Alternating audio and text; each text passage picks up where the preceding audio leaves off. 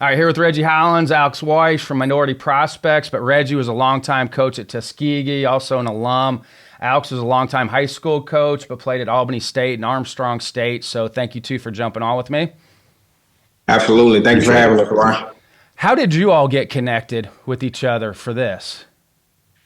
The blessing, I was a high school coach, one at Griffin High School, where I had, some good talent. And then I was the head coach for 8 years at Reading High School. So he had to kind of come through me when he wanted players. We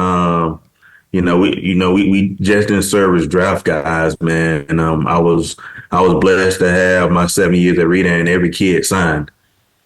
So from, 10 kids to 11 to 13 to 7, every year we had everybody sign. So with Reggie being a staple at the Tuskegee area, man, I always had one or two kids for him every time. Absolutely. Yeah. Yeah. Just respect, mutual respect throughout the baseball world.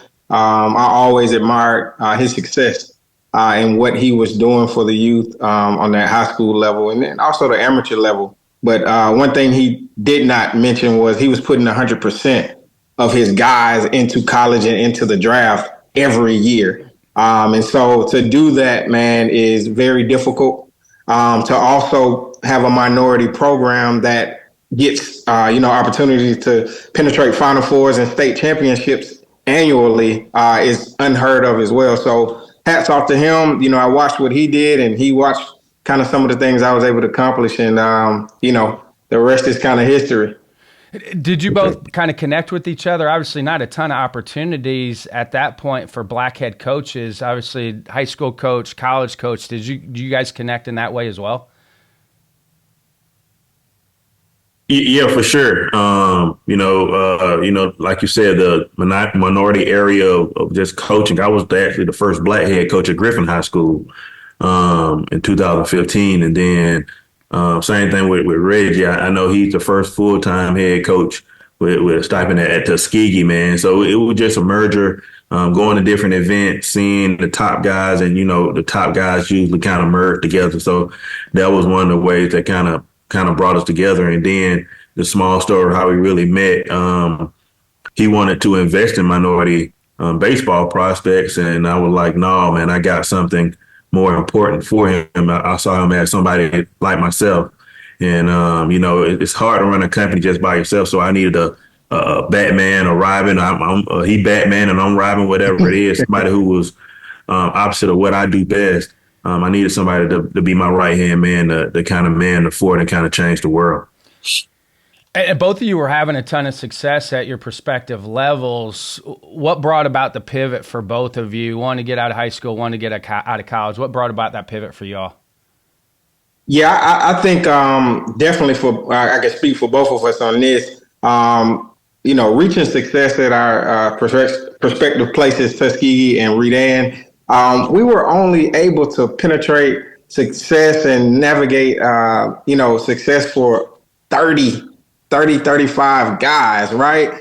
And us knowing the backspill of what minority communities needed. And, I think that was what led us to a bigger vision. We wanted to not only impact 30, we wanted to impact 30,000. Through the terrains and the ups, highs, lows that we both went through, I think we were equipped to actually execute what we're doing current day. Alex, do you have anything to add on that? Yeah. Just like you said, when we see people build companies and affect youth, it always kind of seems like the top man is making decisions. Me and Reggie been on the doggone bottom for 10 plus years. So we were like, if somebody's here to really make change, it need to be guys who've been on the ground level for 10 plus years. I was a teacher for God knows, for 13 plus years and a high level coach. So I just saw both sides of what really needed to change in our community, but in the communities around the country. Blessed to be we based in Atlanta. We got a chance to see, everybody from Perfect Game to PBR, everybody had to come to Atlanta. So we got a chance to merge with all the families and everybody and just kind of pick people's brain on what really needed to change. And, I had to have somebody who was on the college side to kind of help me out also, who knew that side of the story, because at the end of the day, the goal is for kids to actually go to college and get an education and grow. So it's a perfect marriage, man. And who's better to do it than people who've been on the ground? Yeah.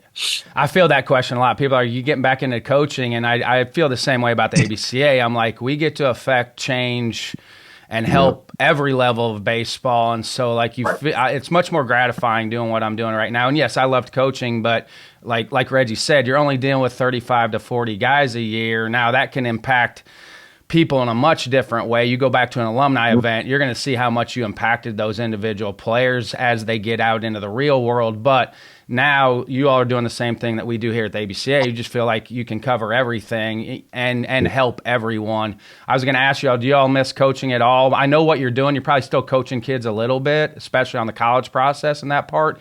Do you all miss coaching at all? I don't actually miss the physical engagement of being a college coach. And a lot like you said, we're getting that fix through our events. So, we're touching the high school kids, we're touching the amateur kids through development, we're touching the college kids. So we're able to teach the mental side. So we're really getting fed on the coaching end through our events. So no, not really. Yeah, not for real. You kind of missed the art of competing. And just getting a chance of the wins and losses and trying to win a state championship. My last game was doggone. I lost 5-4 in state championship. You know what I mean? So, no, I don't miss it at all. I don't miss those heartbreaks, but you do miss the more connection that you have with the kid. Even though, we get a chance to touch every kid in the country as much as possible, but you have that team and you with them every day, man. It's just something special about that. And with minority prospects, both fathers is kind of a roundabout way of kind of helping your kids eventually get opportunities with baseball or softball? Yeah, absolutely. They're watching everything we're doing now, and my kids are very young, but they're smart. These kids are smart nowadays, right? Smarter than we were as youngsters because they have so much more accessible to them. So yeah, they're absolutely. If that's their desire, I will not push the game on them because again, it could be a lot of pressures with how much success and how much history we have. I love that you're doing softball as well. I mean, was that coming in too, or like, okay, we want to focus on baseball, but we need to help the softball girls as well? Yeah, the softball girls, when we started baseball, they was on our tail, man. It was like, man, you got to do something for us. And just looking at the space, it was just so wide open. And we really needed to do it. And somebody had to kind of spearhead it. And I think it really being some of our best events, man. The girls just bring a different energy. If you look at Reggie's, I got 3 girls, man. So I'm a girl's dad. So I kind of had to help start the minority softball. And then if you look at Reggie's shirt, that's sassy on the shirt. And then my daughter thinks that she's sassy. So nothing like the softball side. We really appreciate the ladies, and we really want to, we think this is going to be projected to really, it may be bigger than the boys at some point.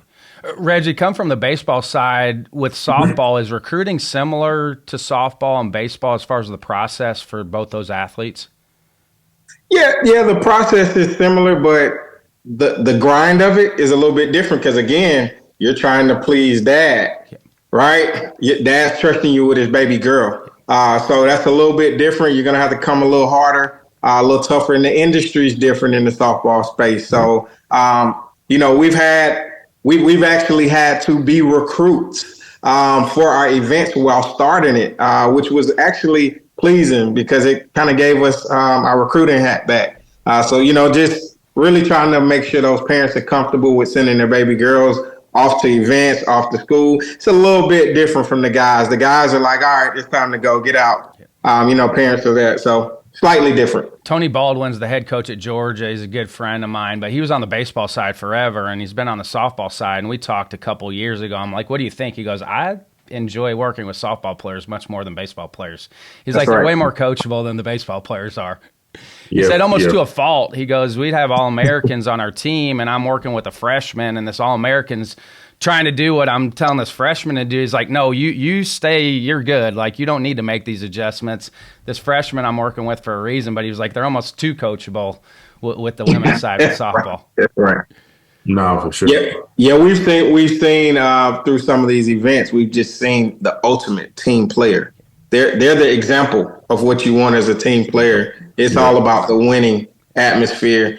It's when it comes to the individuals, it's a little bit more on the guy side, and it's a slight excuse because guys are trying to advance to Major League Baseball in the draft. So they're trying to really focus and push through. But those young ladies, it's all about that team win. Has the transfer portal changed much for you all as far as getting kids placed? I'm gonna say yes. More of after that first year they get into college, right? And now they're reaching back out and trying to find a place to play. So it's kind of a double-edged sword for us. It's kind of working twice. So we may deal with kids that's in a high school, having them out, get into a college, and then if it doesn't work out, trying to reevaluate and see what went wrong, what happened, and putting them into another situation for them to be successful. So it kind of been tough, just trying to navigate it. Hey man, you need to stay there and stick it out and trust the process, or maybe it's not the right fit. So we get probably about 15 to 20 calls a day on different scenarios of what kids are going through and what should they do next. So, we try to, cater to each situation different. And, our goal is to try to get them to stick it out and work. And as a freshman, you may not start. You may need that time to grow. But sometimes it's just not a right fit and try to get them into a better fit. This is where the social media has not helped on this part because kids have always transferred. Like this isn't new. Kids have always transferred from schools. And now just everybody gets an opportunity to see it. So I think in the back of the mind, people are like, well, everybody's transferring. There's a lot, but kids have always been transferred from schools. They just see it now, and that social comparison piece. Where I think it's tough on this generation of players, softball, baseball, all college athletes. I think they see it on social media. And then if you give 18 to 19-year-olds free reign on decisions like that, for me, when they put it in, I was like, this is going to be tough because I think kids at that age still need some guardrails where now there's zero guardrails for them because college is hard. Said this multiple times, and in the recruiting process with parents and players, I said it multiple times that playing college athletics is extremely hard, but college is hard on every kid, not just college athletes. Everybody those first 2 weeks of school is going to be like, did I make the right decision? And now to give kids just carte blanche to be able to do whatever they want, I just think we need to bring some guardrails back with it. I don't know. The student athletes probably will never allow that to happen again, but I think we need some guardrails for kids because, heck, I played for my dad in college. At one point, I thought about leaving. And that's a family member. I'm playing for a family member. And at one point, my sophomore year, I was like, I might need to go somewhere else. But I'm glad I stuck it out. That's great points, Ryan, because just speaking with a lot of the coaches from their perspective, it's uncertainty. So you don't know that roster is going to change from year to year, tremendously now because, kids are jumping that portal on you. But it's also been successful for us to help navigate better players to HBCUs. We've seen that positive effect as well. Because you have some guys that may go to mid-majors, Power Fives, that go and sit and that don't want to sit and now want to get on the playing field. So it's helped us to help them navigate to smaller schools, D3s, NAIAs, JUCOs, and HBCUs. So it's been a positive as well. North Carolina A&T is right by my house, so I'm a big fan of there you go. A&T. Good old Aggies. Great campus, and I love the students. I do Uber and Lyft part-time, so I'll drive a bunch of A&T students. It's been some great conversations with A&T students. It's awesome. That whole culture with HBCUs is awesome. I love it. Love it.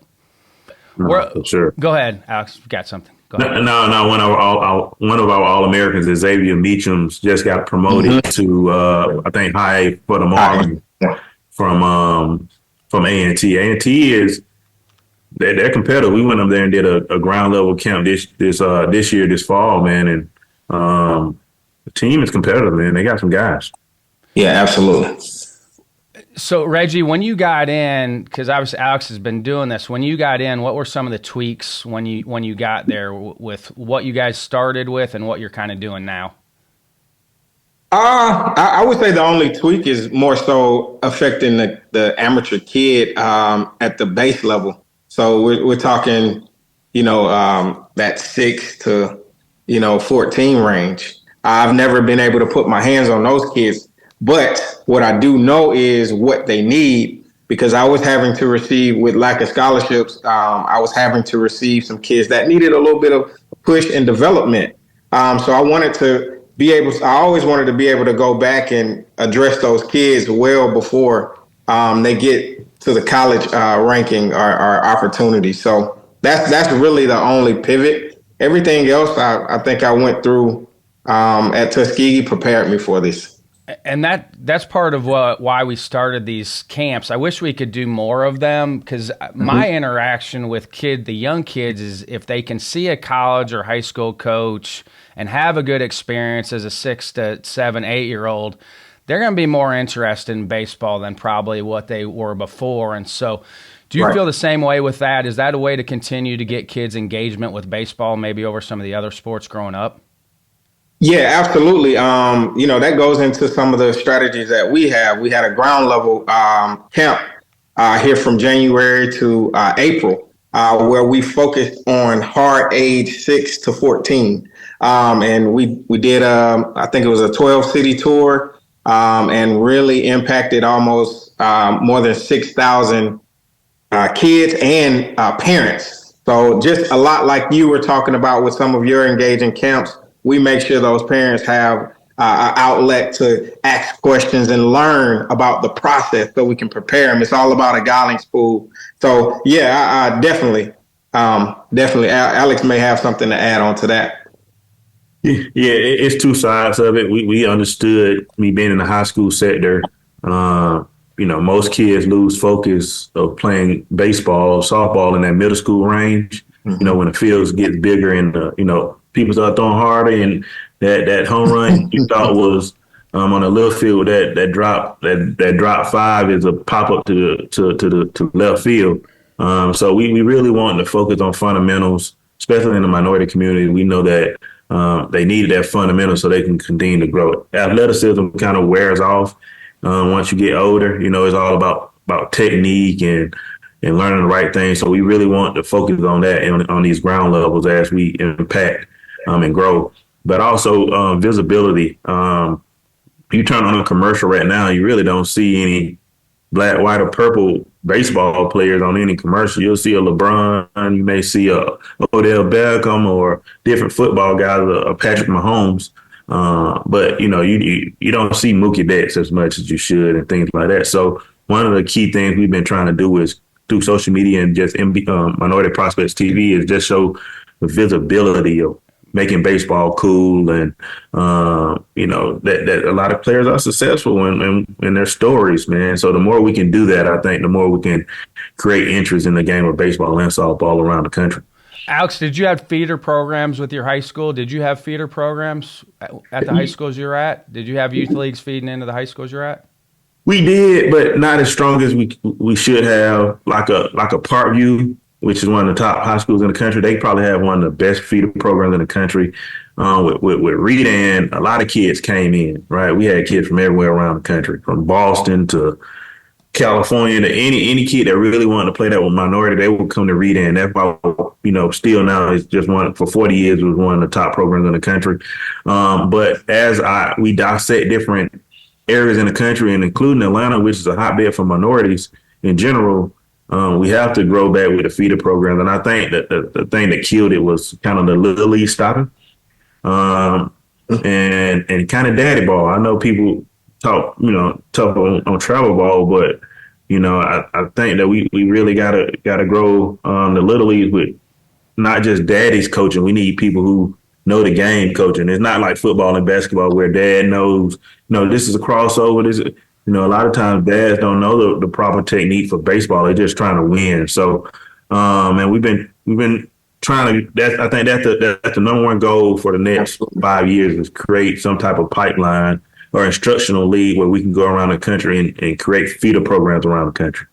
Hey, Ryan, growing up in Atlanta, man, you may have a little bit of history about this, but growing up in Atlanta playing baseball, like even from the age of 4, right?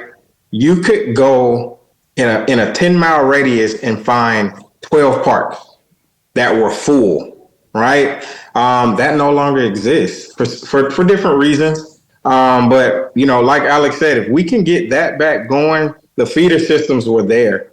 I think there were different issues that were faced back then that these kids actually have, which is better now. But if we could get the feeder system back going, join it with, the exposure events and camps and different opportunities that are here, it'll spike the top number of representation. Atlanta's probably a really good example of how cities should handle minorities, correct? I've always heard Atlanta in that part is what it should be, correct? Like when you hear minorities talk about Atlanta, like they speak very highly of how positive it is there. Absolutely. Yeah. Without a doubt. Yeah, it's a lot of iron sharpening iron. You know what I mean? They're kind of, if you look in the big league, Michael Harris, Lawrence Butler, Jordan Walker, all those guys are Atlanta kids. They're all working together now to try to, hey, if he make it, I can make it. If he make it, I can make it. I think we just got to continue to do that around the country. But if you talk about a hotbed right now, Atlanta is the hotbed for everything, baseball, black, white, or purple right now, to be honest. Who instilled your love of baseball, you two growing up?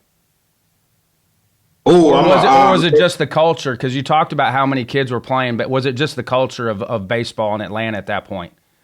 No, I had an example right in front of me at the house.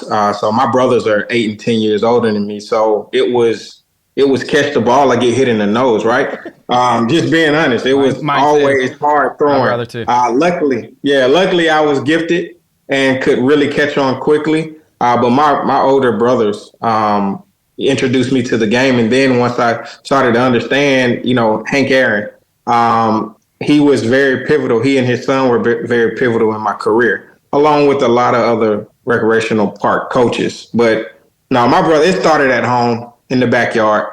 Once I realized, hey, you get hit in the nose, you get up, keep going. This is the worst that it can be. I was all in. Alex, what about you? Yeah. For me, everybody played baseball. That was your first sport that you really played. Mm-hmm. So all my friends I got now, we all play Little League together. Even though everybody branched off and probably played football, that was what we started off with, man. And I just fell in love with the game. And me being 5'9", I figured my best option was probably baseball. I couldn't hoop. About 5'9", LeBron is 6'9", playing the position I play. And then football, man, it was a size. So baseball was just, it fell on me. And then, you had guys, I was a Deion Sanders fan and a Ken Griffey fan. So I just, seen those stars and just kind of wanted to be like them. Did you both know you were going to get into coaching when you were finished playing? Had no idea, Ryan. I was offered the assistant job during the middle of my senior season. And I had no idea why the AD was calling me in his office. And when he called me in and said, hey, yeah, I just had to make sure you're on track to graduate because I want you to be my next coach, my first full-time assistant. I was like, what? We still got a 15-game stretch on the backside. He clouded in my head, so I couldn't tell anyone. So that was unique, and I had never thought about it. But once he presented it, I said, you know what? This may be something I can try out. I've been a good leader, good teammate. I think I can transition this over to the coaching side.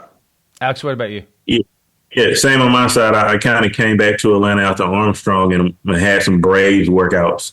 I had Braves and a couple other protein workouts and end up doing it at a high school and training with kids that was in the high school realm. And I graduated in education. So it just fell in my hands.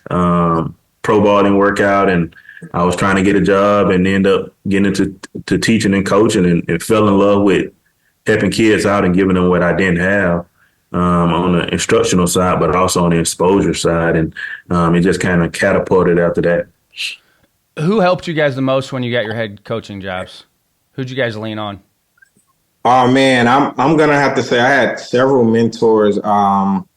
I had Mark Fuller, who was a former Auburn player and coach in the area. Butch Thompson was very instrumental for me. But also Montrezl Kirby, he was the head coach that I worked under first. He just taught me coaching, period, and leadership, period. So he was very pivotal and instrumental. CJ Stewart out of Atlanta, he was a hidden instructor at the time. So I had a ton of guys just surrounding me, man, and really poured into me. So hats off to those guys. Because look at us now, man. We're able to do it, reciprocate that back to thousands and thousands across the country. Alex, go ahead. Yeah. And for me, when I got back to Atlanta, I was with I coached every sport, and I kind of fell into basketball. And I had a guy named Emmett Ross and Feliciano Lewis, and I was the young 21-year-old, just hungry, and they kind of gave me leadership instructions. Hey, you go handle the budget.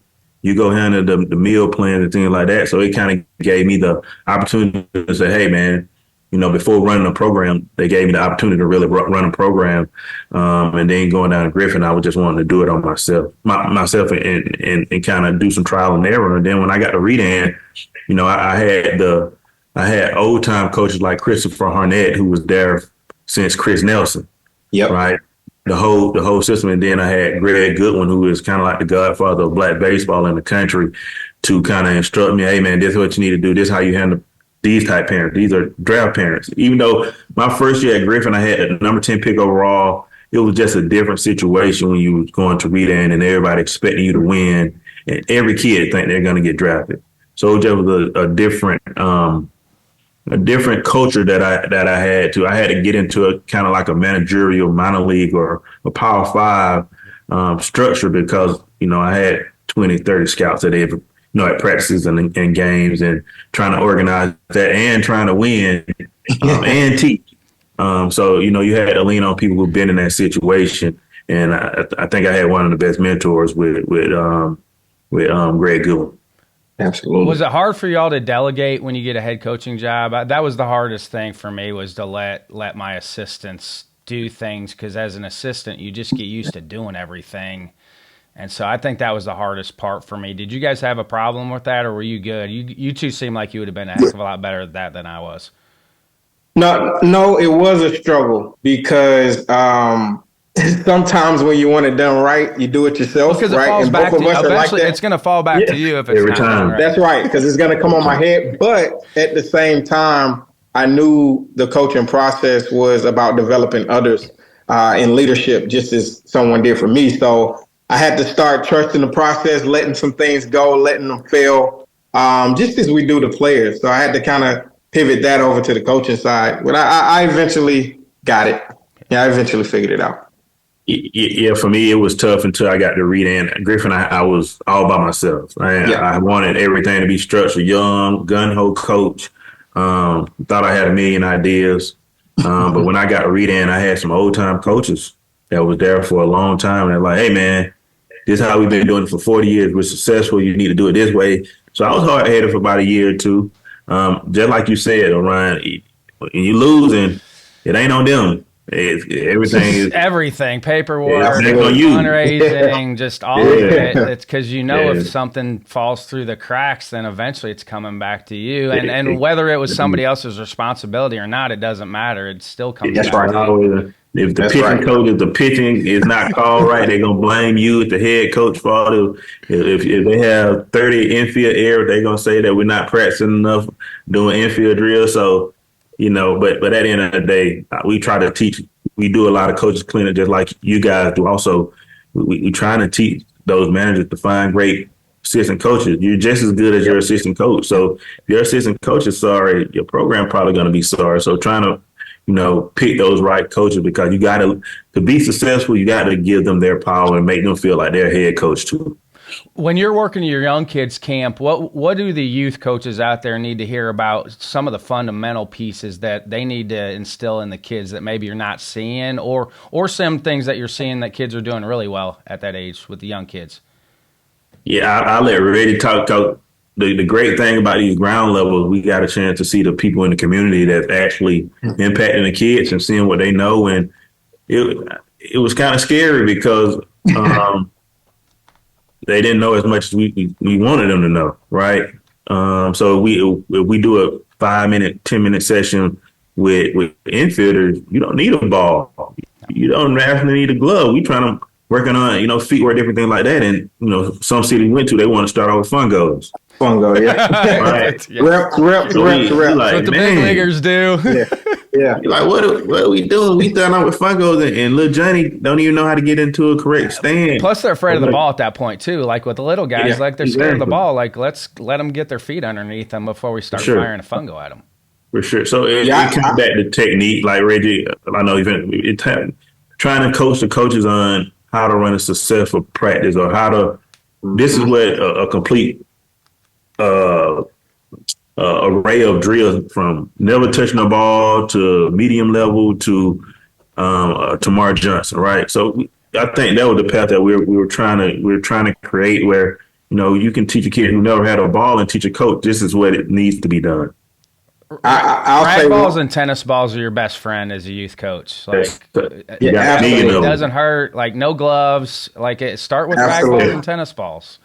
Yeah, and that's what penetrated our drills for the ground level. But one thing I will say, we saw with the ground level, we saw a lot of community coaches, dads, parents, high school coaches that wanted to come out and learn. Yeah. So that was the first thing, right? Yeah. You can get them out, we can make change. So that was the first thing. They were out, and one approach and strategy that Alex and I made sure we put our heads together on to execute was allowing them to help us run the camps. Yeah. A lot of times we'll go around and we'll bring our staff. No, we kept our staff home, brought the community coaches in and the community colleges, the colleges that were local there, and allowed their players as well, because we want to teach a lot of those players what the transition will look like on the other side.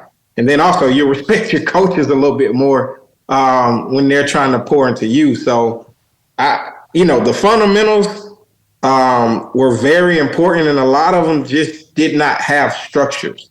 Most of them didn't realize that, hey, you need to put this down on paper, have a vision of what you're trying to teach, and start simple, and don't give them too much to chew at one time. So those were the things that we saw with those community coaches. But other than that, they were eating up that information and knowledge, and it was starting to turn into something good midway camp, by the camp. Yeah, we need to do more. I would tell the parents that I'm like, hey, you're going to think a lot of this stuff is simple, but I'm going to use this with your 6 to 8 year olds. But these are the same drills I use with college and pro guys. Absolutely. The initial, like it's a simple drill, a good drill. Almost everybody should be able to do that drill from at any age group when you're talking about just in the initial piece of it and the initial starting of it. That's right. So, hold on. We got a lot of different directions we could go right now with this next one. The good thing is I added this so we can, because there's just so many different directions in what you guys are trying to do right now, and it's a big undertaking.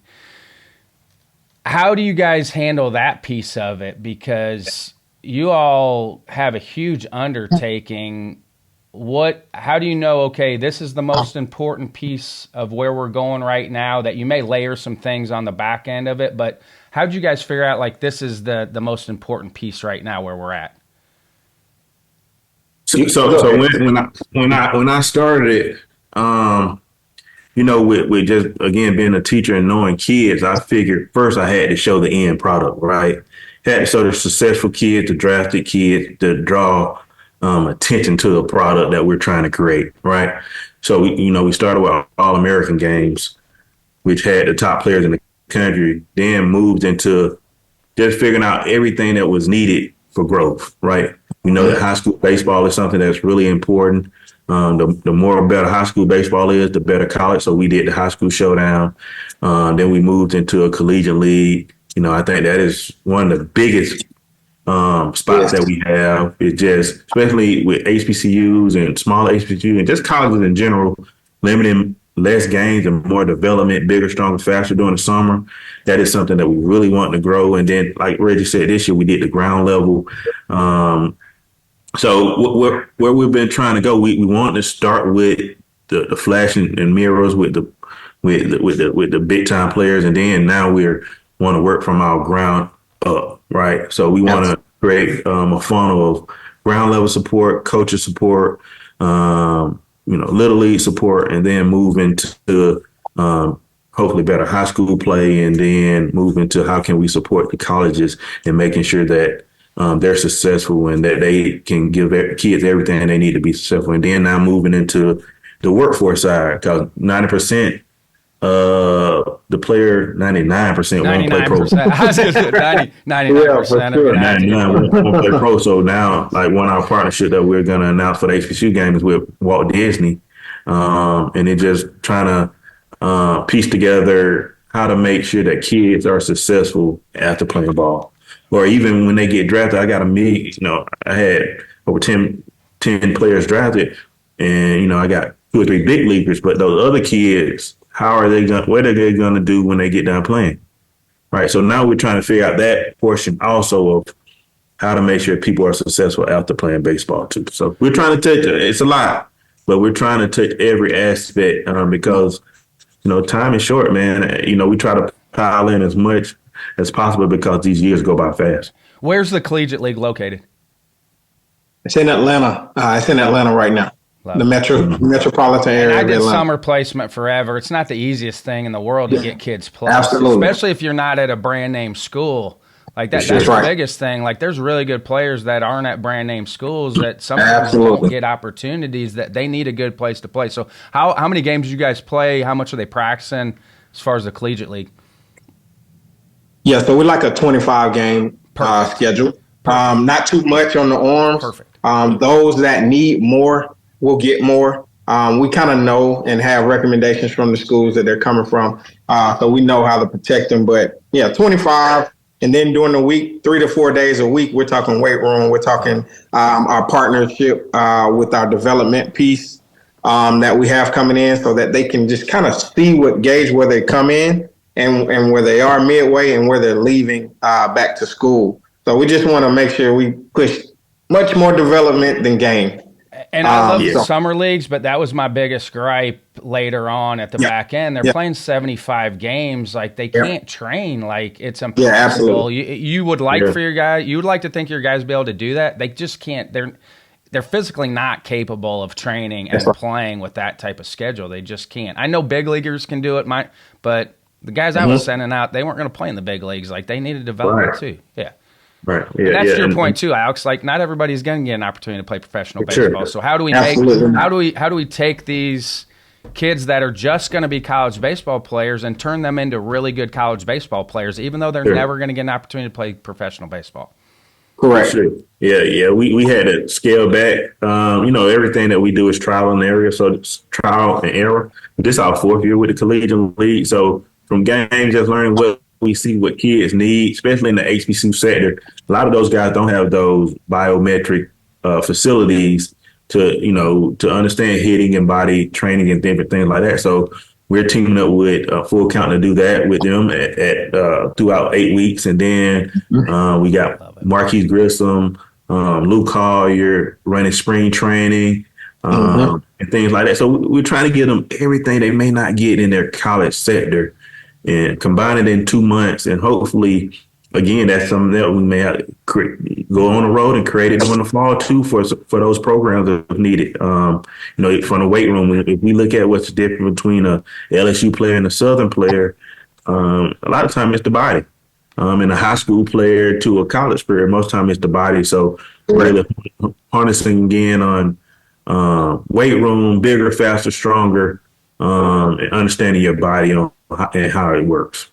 I told the Luke Collier story the other day. I was back at Western Illinois for an alumni event. Jamie Carroll was a teammate of mine, but Jamie had gotten hurt in high school, so he went to John Logan out of high school because he wasn't even sure he was going to play. His injury was so bad he broke his arm that he wasn't even sure he was going to play college baseball. But he goes to Logan, and my dad, Jamie's coming, going to be a teammate of mine the next year. My dad's like, hey, do you want to go watch Jamie play they're playing Triton to see who's going to go to Grand Junction for the World Series. I'm like, yeah, Absolutely. I'll jump in the car. But Luke Collier's playing shortstop for Triton. This is the first time I had ever seen scouts in between innings. Triton would go take the field. The scouts would go behind first base with their radar guns, and they would radar gun lose throws to first base from shortstop. So, Yeah, for sure. he was good, though. Like, you walk out like, oh, that guy. I don't know who Luke Collier is, but he's really good. No, for sure. That's crazy. No, Lou's a great guy, too. Great guy off the field as well. Yep. Yeah, sure. Now, I want to backtrack a little bit with these camps. So I think it's a great idea to have high school or college kids come work these camps, because I think that's another way to get young kids interested in playing, because they see somebody that's actually doing it, that's closer in their peer group. It's different coming from a coach. They're old, but they see these kids that are actually playing. I think that's a way to get engagement with the young kids too, correct? Yeah, absolutely. I would talk to Alex all the time at the college level for me, because we talk about that 99%. And what I tried at Tuskegee worked, right? So I would tell my guys, hey guys, I want you to keep pushing to go as far as you can in this game. But to be honest and give you a real perspective, I am trying to produce 35 coaches. Because if we can produce 35 coaches mentally when they come out, they're going to help the communities. They're going to go back to where they come from and want to pour back into them. So I'm always making sure that they're taking in information, but also able to self-correct. So if you couldn't self-correct with me in that box, that means I didn't teach you well or you're not retaining well. So I always told them that. And now to see almost out of the hundreds that I coach, man, to see almost 50 plus out there coaching and giving back, I know it worked. So this same template's over here at Minority Prospects, and we're just doing it at a bigger scale, and it's helping. You can see the difference. And I wanted our guys to work camps too, because one, they have to teach, and you're going to learn something much better when you actually have to teach it and clarify it. But the other thing is they figured out coaching wasn't as easy as they thought it was. Yeah, there you go. I worked with camps in the summertime here in North Carolina, and these college guys will come back, and you can see them trying to teach the kids, and then they start to get frustrated. I'm like, hey, coaching's not as easy as you think it is it? They're like, you're right. It's not. It's not, especially when you're by yourself, man. Yep. When you have to make the decisions and kind of, be the assist. It's tough. You need that separation. So I was teaching. We talk to our guys a lot through the event. They ask us about processes and different things. So I was having a conversation in West Palm at our All-American game to one of the guys. He said, I think, when I finish playing, I want to coach. And he was asking some things, and I'm just like, hey, man, it's much more difficult than you think, because you're going to be in a whole different mindset. Reggie, what have you thought about the ABCA Diversity Committee? Because it's something for me that I'm proud of that we've done, but it's also something where I'm like, we should have been doing this 25 years ago. I think it's outstanding, man, because it's just showing more representation and concern from your organization that you guys want to lend a helping hand, some guidance to make sure that we can pull more African Americans in those leadership spaces in the game, period, wherever it's touching. So to be a part of that for the last 10 years, it's going on 11 now since 13. So to be a part of that has been tremendous for me and my growth. So to know what it did for me personally, I know what it's doing for thousands because every year that we come in, we're seeing more and more minority coaches being involved. Alex and I were there this year, and we were just kind of watching the good. They did such a good job with the meetings this year. It was really good, high attended. We're starting to do demographics when people fill out ABCA stuff. You can put your demographics. Absolutely. So we're starting to get like concrete numbers, like how much everything has grown on that side because people can identify who they are. It's been very interesting to see those numbers coming back. But I thought this year was as good as it's been from the meeting standpoint. I was very happy with the amount of people we had there. And it's going to continue to grow too. And big shout out to Carrick Jackson, man, because he's a fantastic leader, close friend of ours. He believes in what we do. We believe in what he does. And he's just a pioneer and a leader that we need. I don't know how he does what he does, though. Like, yeah, for sure. There's only so much. There's only 24 hours in the day. Yeah, for sure. It's amazing to watch Carrick work because he handles it very professionally, handles it well. That's right. But at the back of my mind, I'm like, he's doing a lot, man. Like, it's awesome, but he's doing a lot. Yeah, for sure. All right, everybody has to answer this question. Do you have a one fail forward moment, something that you thought was going to sidetrack you, but looking back now, it helped you move forward?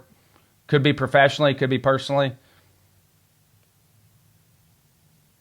Go ahead, Reg. I do. Going into Tuskegee, I don't know. I had this fantasy that I wasn't going to have to work for that salary. I thought that salary was going to just come, right? But those 2 years that I had to kind of almost do my GA, time served, it taught me some things about patience, and it taught me some more things about processes. Baseball is that, because you fail, you have to learn patience, you have to find highs and lows through the slumps. But that process right there really taught me something, because it showed me how much I really cared about those kids. Because you couldn't tell I was working as if I was being paid $100,000, and so that sprung me forward, and I think that's why I'm receiving my fruits from my labors and seeds now.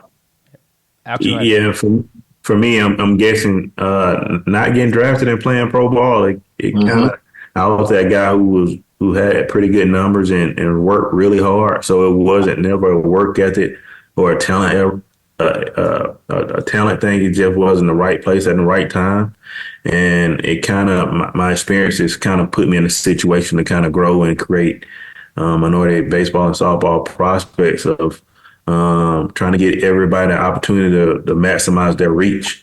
And you never know if I would have got drafted, I never would have started, or I never would have got into coaching. So, my biggest failure that I thought at the time became probably the biggest thing that changed my life is getting me back to square one and doing what I was meant to do, is kind of change the world one kid at a time.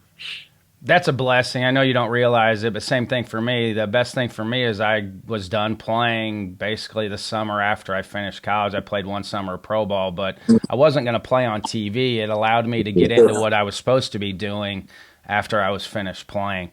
Yeah. What do y'all feel like the future of maybe youth travel, showcases? What should it look like here in the next 5 to 10 years? Go ahead. For me, I think we got to transform and get back into, I'm going to say, high school ball and create feeder programs. Because it's cool with travel ball. I think travel ball needs to go back to what travel ball was, is the high level players playing at a high level, not watered down. Everybody's not going to be a pro guy. So everybody shouldn't play pro ball. That's okay. I mean, shouldn't play travel. It's okay. But I think we need to go back to growing little leagues and falling in love with baseball, and high school baseball should be better. Middle school baseball should be better in the inner cities and just in general. So for me, man, I want to go back to those days where people was at the park for 4 or 5 hours, and the demographic of people going to watch baseball games was a little bit more half and half. Man, we really want to grow our community on getting back to loving the game of baseball, because for especially the black community, the Negro Leagues and black baseball was one of the pillars of one changing our culture, but also the Negro League was really one of the biggest black companies in the world. You know what I mean? So we really want to get back to people falling in love with baseball, and most of that is just the recognition and people seeing the game, man. So for me, I'm a little selfish. I wanna pack out stadiums. I want everybody to love it and find the game again. And just to piggyback off what he said, Ryan, that's why we created these characters.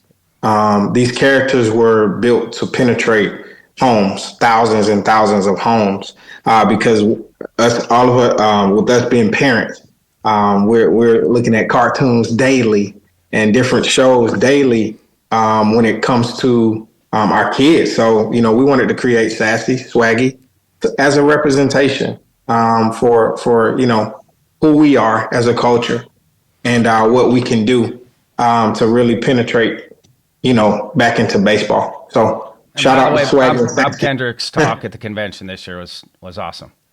Yeah, for sure. Because I've been to the museum. Like anybody listening, and if you haven't been to the museum in Kansas City, you need to go. It's unbelievable. just the history of it, and most people don't understand that Negro Leagues are around for a long time. Like they had it popping like that, and I was so glad he was able to come to the convention and talk because I think it was eye opening for people to listen. Plus, he's a great speaker. No, absolutely, absolutely. He's a great speaker, unbelievable speaker. So for you all, when does it ramp up for you all? Are you right in the middle of it, or is it kind of summertime? When does it start to heat up with your guys' schedule? Yeah, it's heating up now. Adding that ground level, we were out the gate, and with that new piece, that took us into April. But now it's marquee event time. So we're talking about HBCU All Star, which we're moving to Texas. So we're excited about that. Texas has opened their arms to us.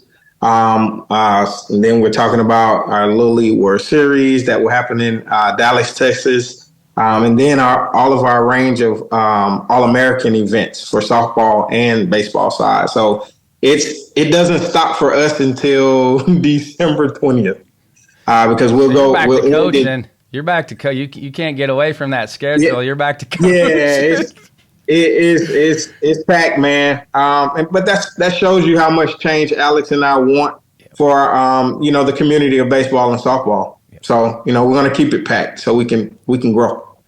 All right. What? Go ahead, Alex. You got something to add on that? No. Like you said, adding the ground levels, we started out from the ABCA to now. Yeah. Right. We've been going just because, that downtime, we wanted to not just scout games and highlight players. We wanted to get on the ground. So now, like you said, now it's really our identifiers trying to find every player in the country and get some information on them. Because what we try to tell kids, no matter how bad you are, if you got good grades, we can find somewhere for you to play. There's a spot. There's a spot. I used to tell kids and parents that all the time. Like if your kid, your son or daughter is passionate about baseball and softball, there is going to be a spot out there. There's a spot for you now. It may not be on TV, but that's not the right fit. Like I was going to bring that up about the youth side, and I get run through the ringer sometimes. You're hindering a kid that's not really good at a young age. You are hindering their development by having them play more games. You're hindering their development. They need to be training. They need to be practicing. You're actually hurting their development because the speed of the game is too fast for them. They're not ready. They're not equipped. They need to be practicing more than they're playing. Now, your elites, okay, send them, play an aggressive schedule, but most kids aren't at that point. They need to practice a lot more to get their skill level up. That's right. Yeah, that's right. All swings aren't created equal.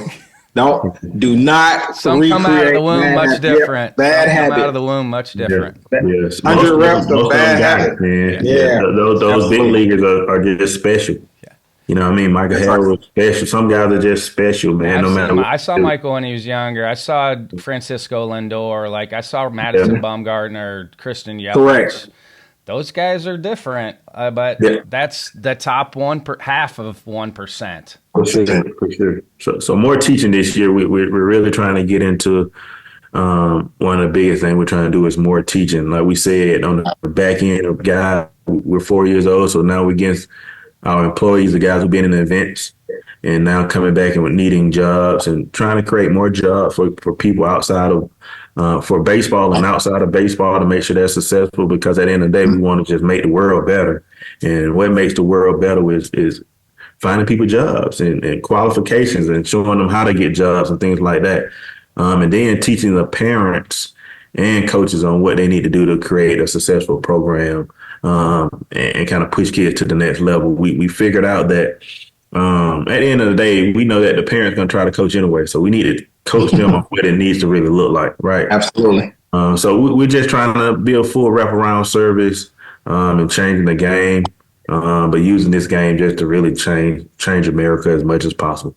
We want more full circle moments. We've had kids come through our events at the high school level, penetrate through the college level, go on to play their ball, and then come back and work for us. So that's really the cycle that we're looking for. And even if they don't work for us, we'll push them somewhere. So for sure. All right. What are some final thoughts, and where can people find you guys? We're located at minorityprospects.com. And then everything else is at MVP Takeover. We got big social media followings on Instagram, Twitter, I TikTok. follow y'all. Yeah, yeah. We don't post 10 times a day, man. Just trying to give kids a spotlight. And final moment, man, we want to thank ABCA, man, for always being a supporter, company to support guys like us trying to change the world, just like you guys have changed the world with that conference. I think I talk about that conference more than anything in the world. I think one of our goals for 2020, 4 and 5 is just to get more people there that look like us. We're going to try to, if it's us teaming up with you guys or teaming up with, one of our partners, Player Alliance, and trying to get 100 more minorities there just so they can see it. I think it really changed my life when I first went. I said, dang. I thought I knew baseball heaven. You find your tribe too. Like that's a cool thing that we have such a diverse group in there now. Like whatever you look like, whoever you are, you're gonna find your tribe when you show up to the convention. Like it's not you're not gonna feel like you're off on an island anymore. Like because you're gonna find your tribe at the convention. No, it's what you need. And it's the biggest way that you can grow the game of baseball and softball. So we want to continue to support it. And again, we want to thank you guys and see how we can team up in 24 and 25 and see how we can bring as much to the conference as possible and just throughout the 12 months of the year. Reggie, what are some final thoughts? Yeah. No, I also want to give final thoughts and thanks to you guys because I've been rocking with you guys for a while, right? Just as Alex. But I had a different experience with you guys. I was actually a main speaker on the stage, and you guys gave me a platform, not only for myself, but for the Tuskegee University, HBCUs. I was able to stand tall and, present, man, on outfield, and you guys gave me that platform. So I wanted to say thank you. And then also serving on the ethics committee, currently. So just to have a say-so, an affiliation, and also, like Alex said, to traffic more minority coaches in to experience baseball heaven at ABCA convention, man. I just appreciate you guys for the opportunity. Can we give a shout out to Xavier Jefferson? Yeah, shout out to my little cousin Xavier. Shout out X. Jefferson, man, who was also X was our first intern here when we opened that spot. Right. I thought it was great on our end, but luckily Xavier had to work with. It was awesome. I'm so glad he's doing what he's doing. He's now with the Bills, man. That's what I wanted for that position too. When Carrick and I talked about it, I'm like, we got to push for this to try to get somebody in here because again, you talked about it. There's not that many jobs out there. So it's not a financial burden. We're giving somebody an opportunity. As college baseball players, it's so hard to get an internship. You just can't do it where you have an opportunity to give somebody a chance to come in, work for us, get that on their resume. If you stay in the baseball industry and the ABCA is on your resume, it's pretty good. But now Antonio Walker's here full-time with us, who's done a tremendous job. Antonio's a stud. But again, that's just in a small way that you can try to give back because, as we all know, as a college baseball player, it's impossible to get an internship. If you want to be good, if you want to be a college baseball player, you can't go work in the summertime. You can't go do that. You're going to be playing summer ball, and then the rest of your calendar's taken. So I was happy with that. Shout out to X. He's a stud. We had good. Yeah, X. He loves Atlanta. Loves Atlanta. So, guys, I really appreciate you coming on with me. This was awesome, and hopefully I'll see you here soon. But if you need anything, holler at me. Thank you, guys. I appreciate you for having us, man. Yeah.